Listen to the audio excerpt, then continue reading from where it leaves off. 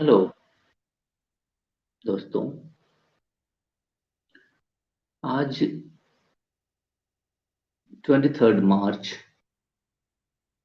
है।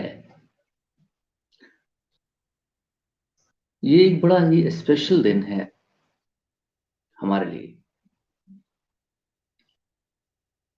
आज भगत सिंह, राजगुरु और सुखदेव जी को फांसी की सजा दी गई। बड़ा ही स्पेशल दिन है। हमें आज एटलीस्ट इस दिन के ही बहाने हमें सीखने को मिलता है कि ये आजादी क्या है, क्यों है, कैसे है, क्या हम इसको इंश्योर कर सकेंगे, क्या हम आज भी आजाद हैं। दूसरा सेगमेंट जो हम देखते हैं, ह्यूमन का एक करेज होता है कि व्हाट एक्सटेंट वो प्रॉब्लम को फेस करता है, अपने करेज, अपने टॉलरेंस, अपने डिफरेंट बिहेवियर को शो करता है। भगत सिंह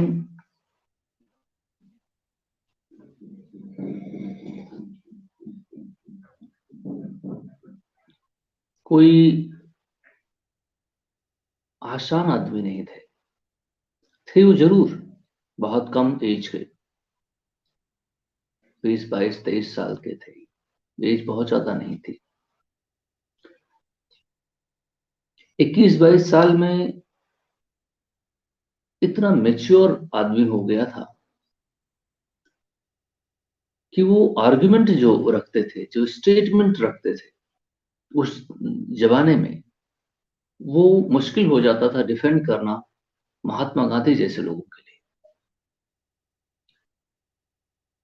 तो आप सोचिए कि कितना इंटेलेक्चुअल एसेट भी था उनके दिमाग में। वो जो करते थे वो बेहतर समझते थे कि हम क्या कर रहे हैं। वो कोई ऐसे फेनेटिकल मतलब बच्चे नहीं थे जिस तरह हम लोग हैं, नॉनसेंस, स्टूपिड।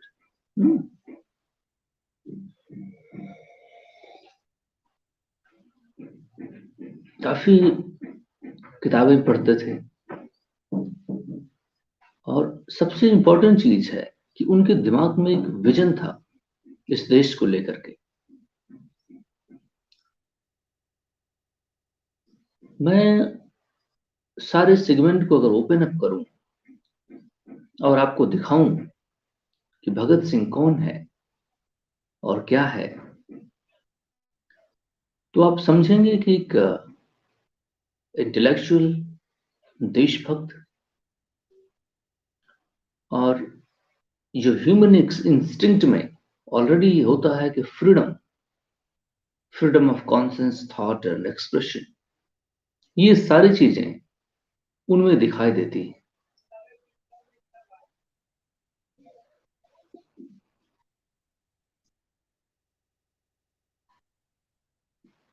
करेज की जहां तक बात है, तो आप जान सकते हैं, गुलामी की उस पीरियड में आजादी के लिए बात करना, ये खुद में एक करेज था। जिस समय लाखों लोग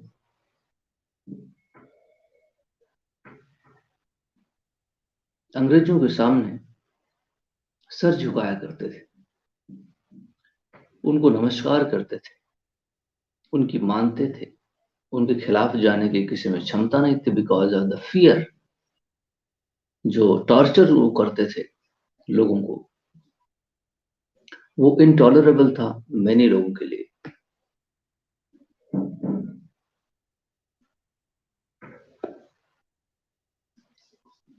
आज मैं जैसे सुबह उठा हूं, तो मुझे सबसे पहला काम, मैंने अभी चाय बनाई, मुझे याद आया कि 23 मार्च है, जब हमारे आजादी के वीर शहीदों ने अपनी जानें कुर्बान की।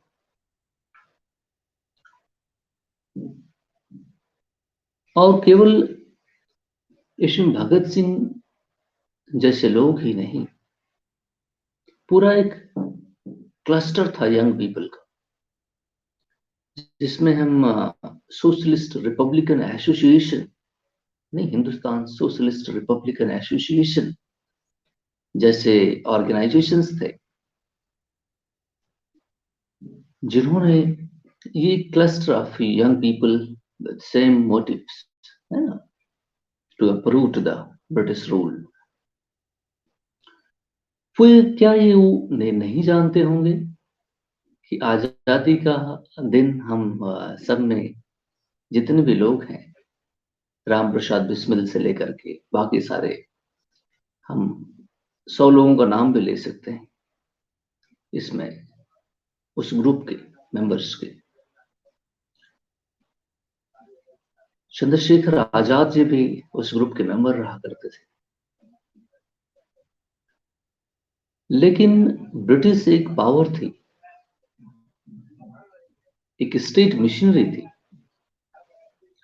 और इन लोगों के पास एक लिमिटेड रिसोर्स होता था, जो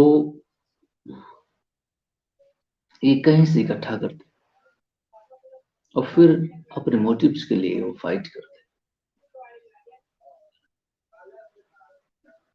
बहुत डायनामिक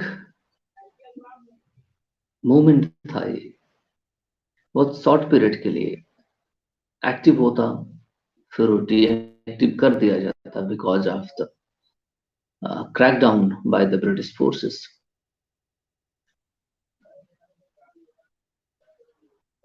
ये आदमी भगत सिंह पिक्चर में आता है बहुत अर्ली एज में, 15-16 सालों से ही वो पार्टिसिपेट कर देते हैं, और वो मूवमेंट में ज्यादातर एक्टिवली पार्टिसिपेट कर देते हैं जब ये रॉल एक्ट पास किया जाता है 1919 में। वो फिर वो जलियांवाला बाग जो हत्याकांड होती है, फिर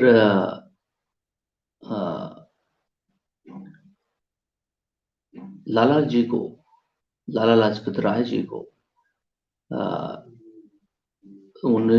27 के दौरान, 27-28 में जो कमीशन आया हुआ था, शाइमन कमीशन, उस कमीशन के प्रोटेस्ट में यहीं लाहौर में लाला लाजपत राय जी प्रोटेस्ट कर रहे थे। लाला लाजपत राय जी उसी रीजन के थे, पंजाब के ही, तो वो प्रोटेस्ट कर रहे थे, तो उस उनके साथ भी भगत सिंह, बाकी उनके टीम मेंबर्स उस समय थे। तो सॉन्डर्स ने उन पुलिस ऑफिशियल्स को कहा कि लाठी चार्ज कर दो इन सारे लोगों पर जो आए हुए हैं। तो उन्होंने लाला लाजपत राय जी को बहुत पीटा, अनकॉन्शियसली टॉर्चर, मतलब मारा। इस वजह से 10-15 दिनों में, 18 दिनों में उनकी डेथ हो गई। फिर उसके बदले के लिए सॉन्डर्स का उन्होंने, भगत सिंह और उनके मेंबर्स ने उनका हत्या कर दी, सॉन्डर्स को गोली मार दिया, जिसमें भगत सिंह का ही नाम उसमें लिखा हुआ है, बाकी और उनके मेंबर्स थे जिन्होंने गोली मारी है, लेकिन ऑफिशियल में भगत सिंह का ही नाम उसमें है सॉन्डर्स के मर्डर में। तो इस तरह से ये बात हो जाती है 27 और 28 के बीच में। फिर नेहरू की रिपोर्ट आती है, उसमें उन्होंने डोमिनियन स्टेटस की मांग की। नहीं, अब कांग्रेस की एक फ्लॉ था, या कह सकते हैं कि स्ट्रेटजी थी, कि धीरे धीरे करके गवर्नमेंट में पार्टिसिपेट करो, है ना, और फिर उसके जो इम्पोर्टेंट चेयर्स हैं, पावर फिर डिस्ट्रीब्यूट करने की कोशिश करो, क्योंकि ये एक सिस्टम था ना, डेमोक्रेटिक सिस्टम, जो अपना पार्लियामेंट्री सिस्टम वो इन प्लेस करना चाहते थे, रिस्पॉन्सिबल गवर्नमेंट। जरूर की डिसीजन मेकिंग पावर उनके पास थी, लेकिन वो धीरे धीरे पावर्स को डिसॉल्व करते थे, नहीं? फिर कभी कभी इलेक्शंस भी हुए, कभी सिविल सर्विस का पार्टिसिपेशन भी गवर्नमेंट में हुआ, कभी कुछ रिफॉर्म्स किए गए, कभी बजट्स का भी रिफॉर्म्स, उसके बाद स्पीचेस, फिर number of parliamentary legislative members बढ़ाए गए। नहीं, इस तरह से धीरे धीरे करके 10-20-25 सालों में जिस तरह कांग्रेस ने डिमांड रखना शुरू की, उस तरह से उनको थोड़ा थोड़ा पावर शेयरिंग में भी उनकी आवाज सुनने की भी, इंडियन पार्टिसिपेशन भी, इसको ओपन अप किया गया गवर्नेंस सिस्टम के अंदर। तो ये सारी चीजें हुई है। तो उस दौरान भी पूर्ण स्वराज की मांग करते थे भगत सिंह जी और उनकी टीम, हिंदुस्तान रिपब्लिकन एसोसिएशन। तो 28 के दौरान जब नेहरू रिपोर्ट पब्लिश दी गई, उन्हें शामन कमीशन को सबमिट की गई, तो भगत सिंह उस पर गुस्सा हो गए। बोले हमें कंप्लीट इंडिपेंडेंस चाहिए, हम डोमिनियन स्टेटस या किसी और चीज के लिए एग्री नहीं है। फिर वो एक केओस शुरू हो जाता है। फिर उनको वो बम धमाका जो दिल्ली वाला 3 बिल पास हो रही होती है नहीं असेंबली के दौरान, तो वो आ जाते हैं। ट्रेड बिल जो पास हो रही होती है, तो दिल्ली के उस असेंबली में उन्होंने बम जो ड्रॉप कर दिए 2। तो उस बम के धमाके से किसी की जान तो नहीं गई, लेकिन उन्होंने अपनी गिरफ्तारी दी। Because of the reason is Hindustan Republican Association को बहुत ज्यादा पब्लिक सिंपैथी नहीं मिलती थी, बिकॉज उनको उन्होंने टेररिस्ट ग्रुप घोषित कर दिया था ब्रिटिश ने। तो ऑफिशियल टेररिस्ट थे, और ह्यू एंड क्राई जो होता है ना पब्लिक मचाना, वो भी नहीं हो पाता था। कांग्रेस एक सोल रिस्पॉन्सिबल पार्टी थी उस दौरान। तो इन लोगों ने समझा कि हमारी बात न्यूज़पेपर में सुनी नहीं जाती, हमारी बात लोगों तक नहीं पहुंचती है, तो क्या हम वे अडॉप्ट कर सकते हैं जिससे हम लोगों तक एक्सेस करें, अपने विचार उनको तक फ्लोट करें। तो they thought that the best way to spread, disseminate their information is to uh, go to the court proceeding. तो उन्होंने बम फेंका और wanted to get into the court proceeding. So what happens then? Court के अंदर वो जाते, फिर अपनी जो बातें थी उस दौरान वो स्प्रेड करते।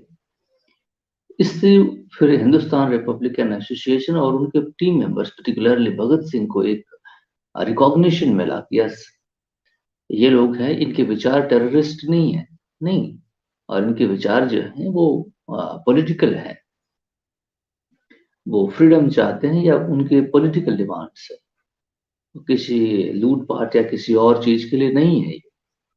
तो जाकर के फिर, लेकिन वो इसी दौरान जब ये गिरफ्तार हुए तो उन पे सॉन्डर्स केस जो है ना वो भी ओपन अप कर दिया गया। तो ये 29-30 का मैकेनिज्म आ गया।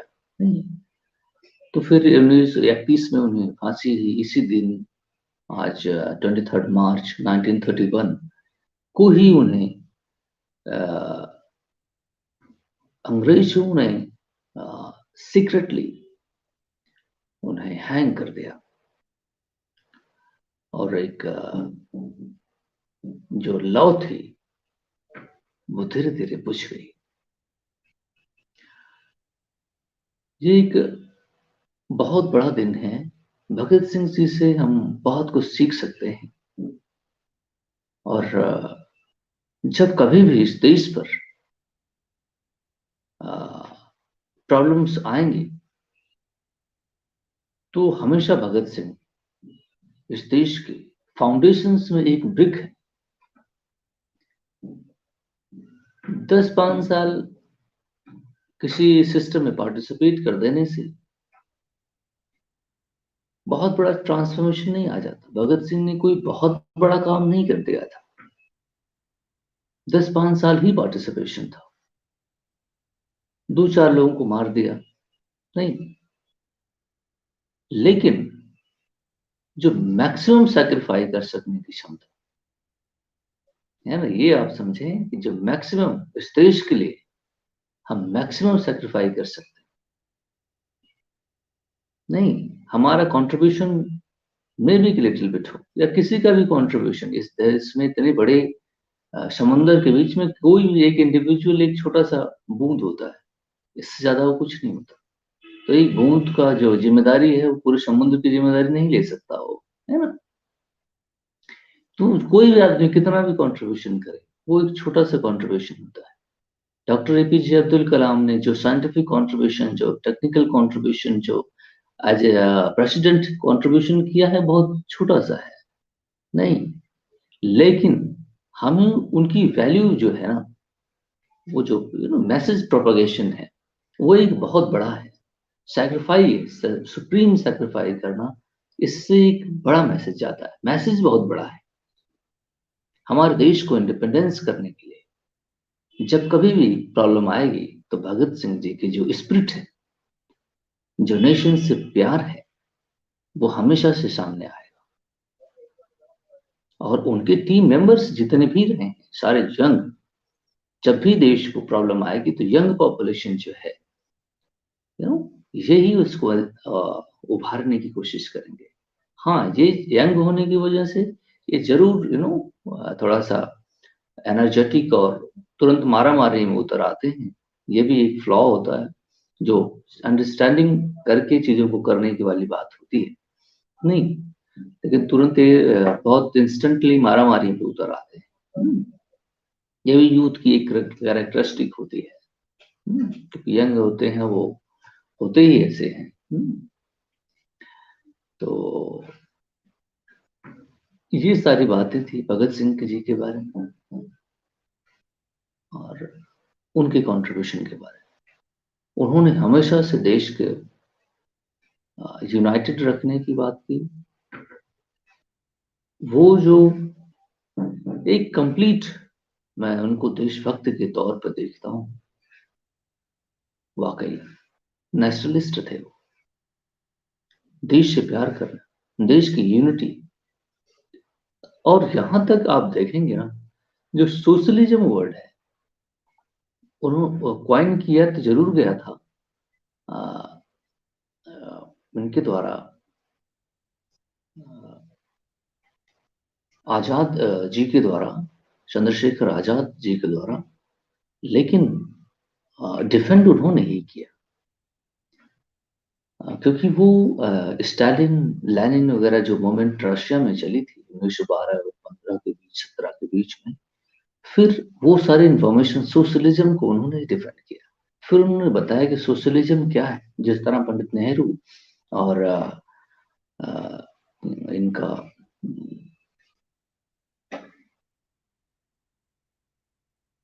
नेताजी सुभाष चंद्र बोस भी सोशलिज्म को डिफेंड करते थे, नहीं, प्रोपगेट करते थे सोशलिज्म को, उन्होंने भी डिफेंड किया, नहीं, और चाहते थे कि समाज किस तरह बने। ये आप देखिए, जो बच्चे में, इसलिए मैं कहता हूँ वो इंटेलेक्चुअल था, नहीं, भगत सिंह, वो एक अभी 21-22 साल का लड़का है, वो ये तक देखता है कि हाउ टू सोसाइटी का फैब्रिक कैसा होना चाहिए हमारे आफ्टर इंडिपेंडेंस। समझ रहे हैं आप, ये सबसे बड़ी बात है। आजादी होगी, हमारा समाज किस तरह बनना चाहिए, ये दोनों दो कंपोनेंट्स थे, और दोनों पर उनकी अपनी राय थी। उन्होंने कई सारे बुक्स लिखी हुई है, जेल में रहते हुए भी, अगर आप पढ़ना चाहें, देखना चाहें तो देख पढ़ सकते हैं। और मैं चाहता हूं कि देश कितना भी आगे बढ़ रहा हो, लेकिन हमें अपने जिन्होंने इस देश के फाउंडेशन में कंट्रीब्यूशन किया है, जिन्होंने विजन इसमें कंट्रीब्यूट किया है, उनके बारे में हमारी कमिंग जनरेशन को अंडरस्टैंड करना चाहिए, जिससे एक स्पिरिट ड्रॉ कर सके। नहीं, जब कभी भी प्रॉब्लम आती है तो इन्हीं लोगों से हम स्पिरिट ड्रॉ करते हैं और फिर उस प्रॉब्लम से लड़ते हैं, नहीं, तो ये हमारे लिए एक बूस्टर का भी काम करते हैं, नहीं। तो थैंक यू वेरी मच मेरे फ्रेंड्स।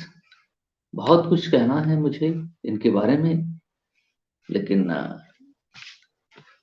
ज्यादा कुछ कहने की जरूरत क्या है। आप सभी लोग पढ़े लिखे लोग होंगे डेफिनेटली, तो किताब पढ़ें और जानने की कोशिश करें। एज एंटरटेनमेंट है ना, बुक्स एंटरटेनमेंट के लिए भी पढ़ी जाती है, नहीं, जिससे आपको नॉलेज बहुत कुछ हो जाए। So thank you very much, my friends. Jai Hind.